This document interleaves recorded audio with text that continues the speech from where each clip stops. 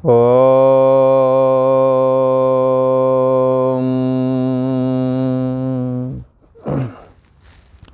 श्री योग वासिष्ठ के उपशम प्रकरण में श्री वशिष्ठ जी महाराज बोले, हे राम जी, जो ज्ञानवान पुरुष राग द्वेष से रहित हैं, उनको लोहा, बट्टा, सेला, पाषाण और सुवर्ण एक समान है। अब आप देखें, लोहा और ये ढेला, ढेला माने पत्थर, ढेला, ये जो मिट्टी के ढेला बन जाते हैं ना, तो लोहा, ढेला और पाषाण, ढेला का मिट्टी का, लोहा, मिट्टी और पत्थर, दोनों में एक दृष्टि हो जाती है। भाई एक दृष्टि कैसे हो जाती है? मिट्टी मिट्टी है और ये लोहा लोहा है और वो सोना सोना है। इसको हम एक कैसे कह सकते हैं? चैतन्य सत्ता आत्मा की दृष्टि से यदि देखें तो मन के सम्मुख जब मन होता है, उसी के अंदर मिट्टी, पत्थर, सोना आदि की वासना है, संसार के पद पदार्थों की भावना है, मन के अंदर ही विषय लोलुपता है, शब्द स्पर्श रूप रस गंध की चाहना है। मन ही अहमता ममता रूप जगत बनकर के दिखने लगता है चैतन्य सत्ता आत्मा की समीपता से। परंतु जब चैतन्य सत्ता आत्मा मैं हूँ ऐसा करके जान लिया, वो आत्मा मैं ही हूँ ऐसा करके जब जान लिया, तो मन के मिथ्यात्व का निश्चय हो जाता है। और फिर जब मन के मिथ्यात्व का निश्चय कर लिया तो फिर मन अमन हो जाता है। और मन के अमन होने पर सदा समाधि है। यत्र यत्र मनोयाति तत्र तत्र समाधया। मनस्य अमनी भावे द्वैतम नैवोपलभते।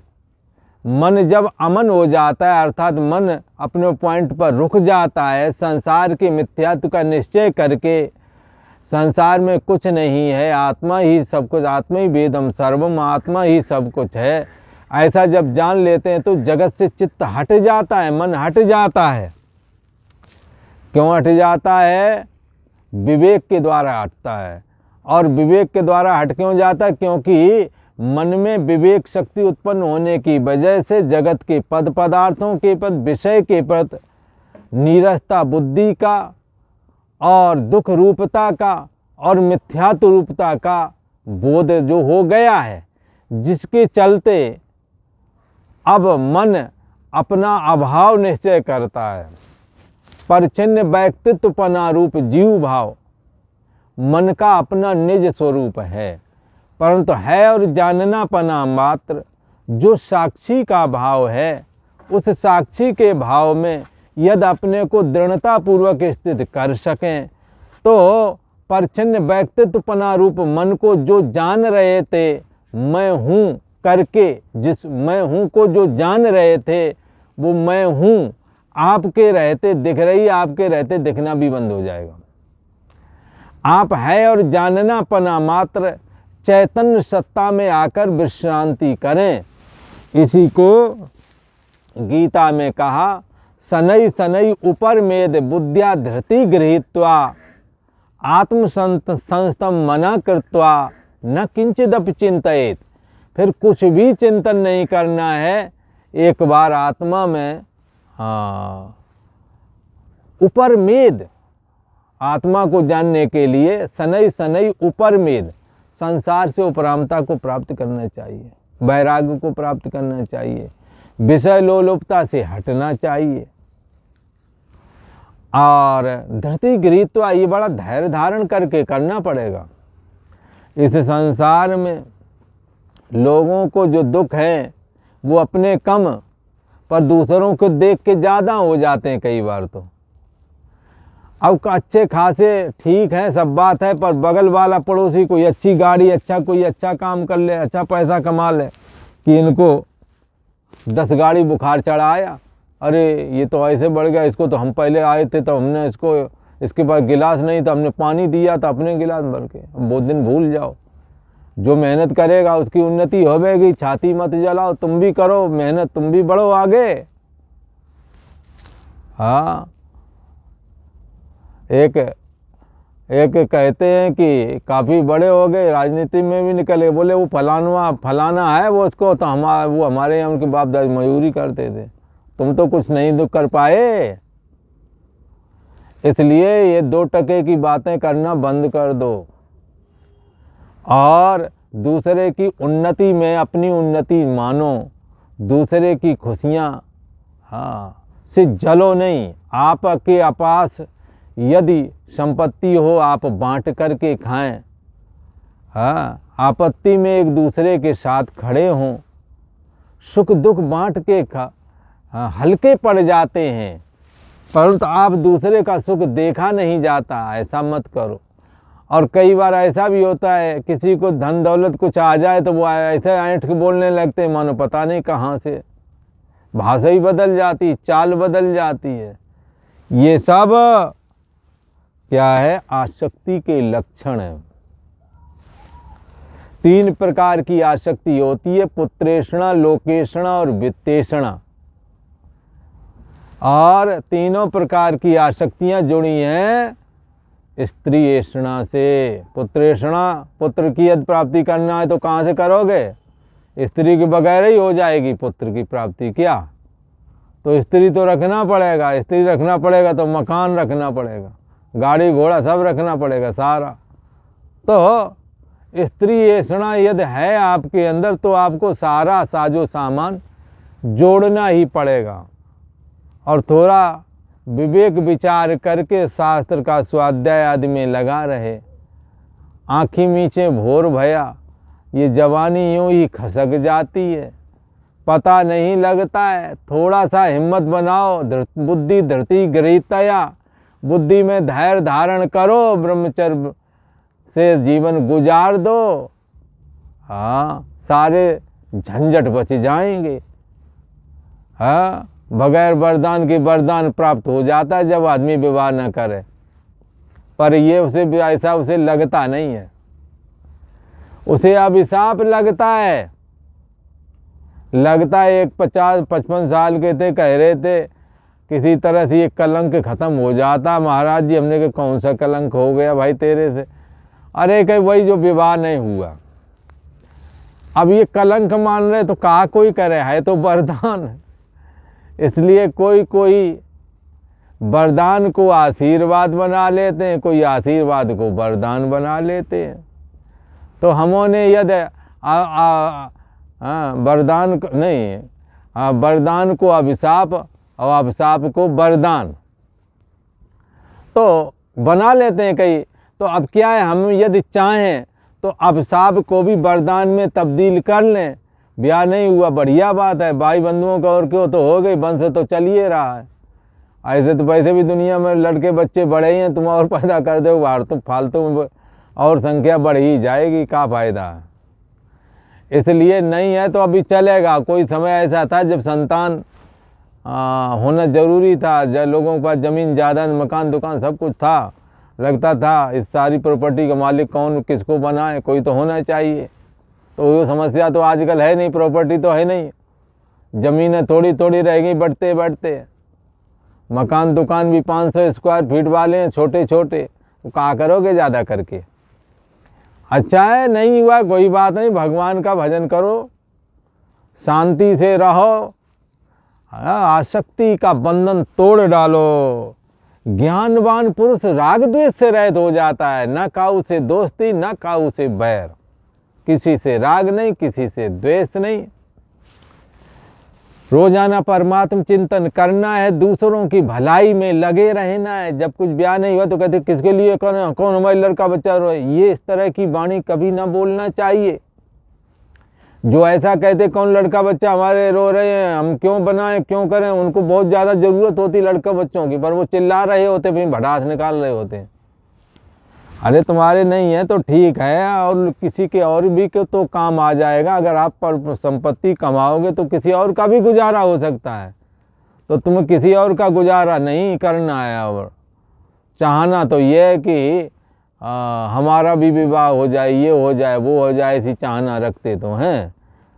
और कई बार ऐसे कहने वाले लोग जाकर बुढ़ापे तक कहीं ना कहीं उटपटांग करते तुम्हें मिल ही जाएंगे। जब लोग भाग रहते हैं घर गृहस्थी जीवन, तब उसमें प्रवेश करते हैं।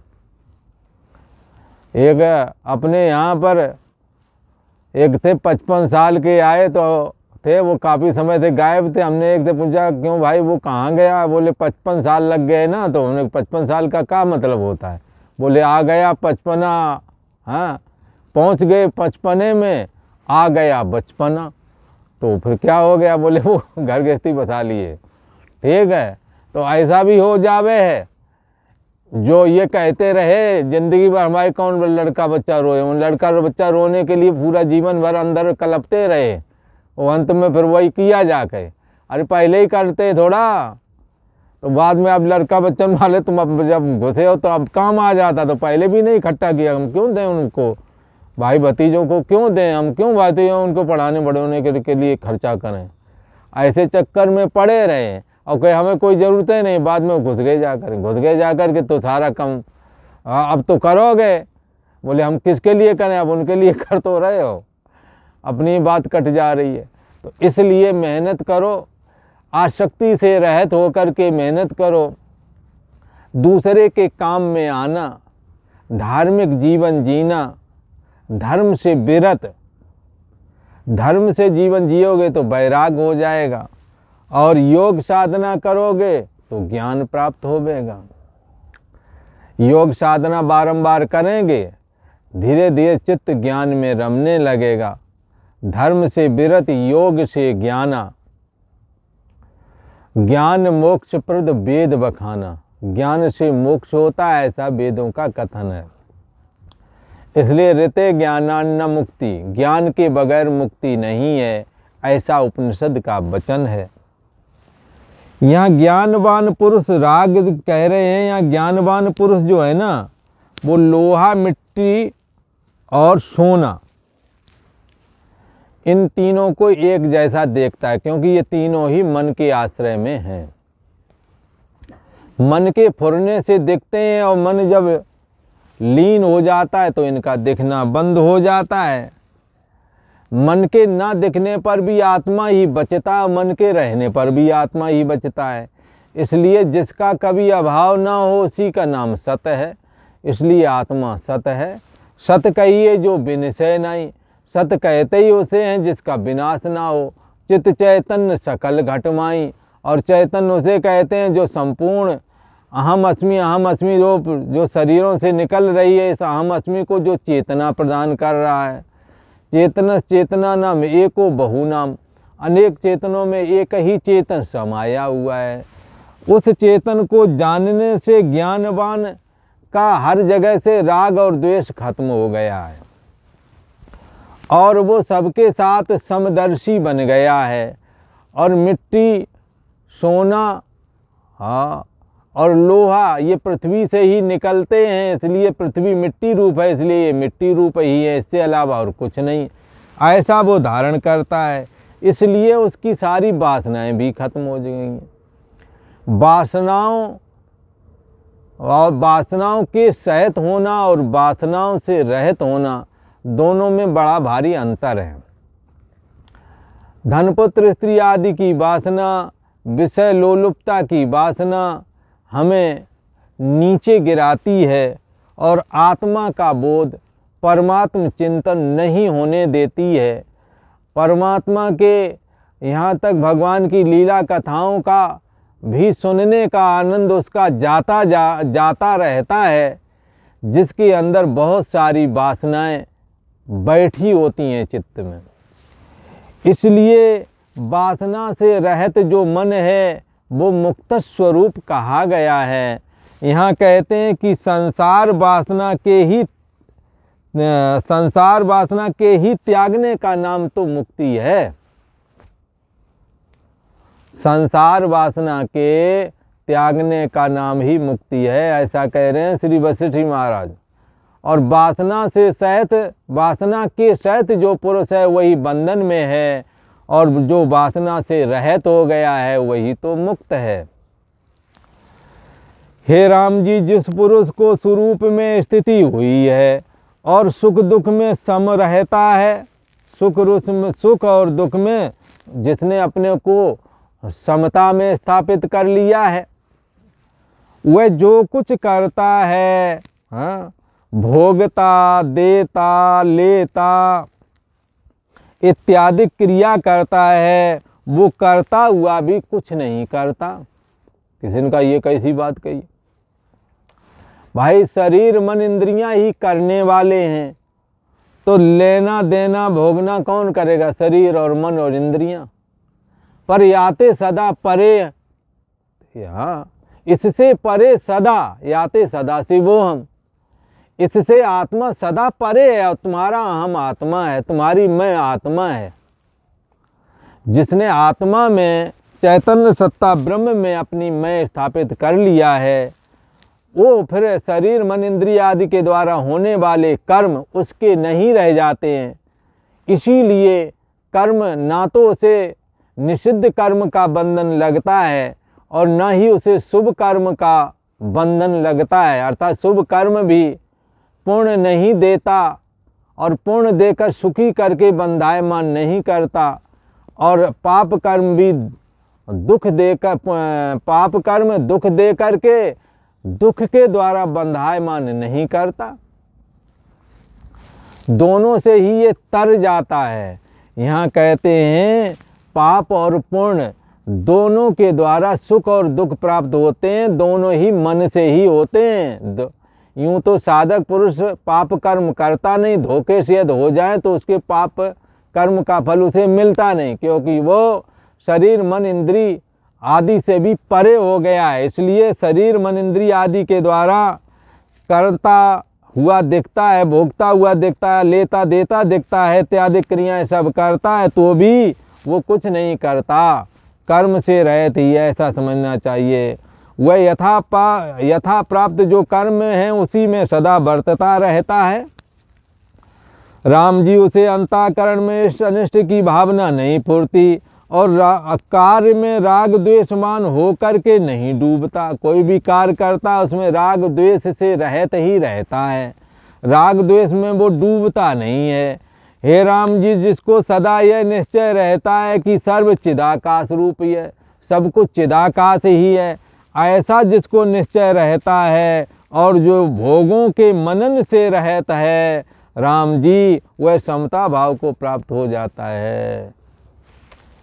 क्या सर्व चिदाकाश रूप ही है, जिसके निश्चय में सदा यही बना रहता है। सब गोविंद है, सब गोविंद है, गोविंद बिन नहीं और, सब चिदाकाश है, सब चैतन्य सत्ता ही है, सोम अस्मि, वही चैतन्य सत्ता मैं हूँ, ऐसा जो सदा निश्चय रहता करता है और भोगों के मनन से रहता है, भोगों की लिप्सा नहीं रह गई है जिसके अंदर, ऐसा पुरुष, हाँ, निर्दोषम ही समम ब्रह्म, निर्दोष और सम जो ब्रह्म है उसमें वो सदा स्थित है, क्योंकि उसने अपने मन को निर्दोष और सम बना लिया है। वह समता भाव को प्राप्त होता है, उसकी समता का कभी अंत नहीं आता है, क्योंकि ब्रह्म निर्दोष और सम है। और इसने इस ज्ञानवान महापुरुष ने आत्मा का श्रवण मनन निध्यासन करके सर्व चिदाकाश है ऐसा निश्चय किया और भोगों की लिप्सा को छोड़ दिया। बचा हुआ चैतन्य सत्ता जो है वो आत्म तत्व ही है, वो सब में सम है, उसमें राग है ना द्वेष है। हाँ, इसलिए वह ये ज्ञानवान सदा समता भाव को प्राप्त होता है। और आज इतना ही। वीडियो अच्छा लगे तो लाइक करें और सब्सक्राइब करें, शेयर करें और बेल आइकन को भी दबा के रखें। ओम।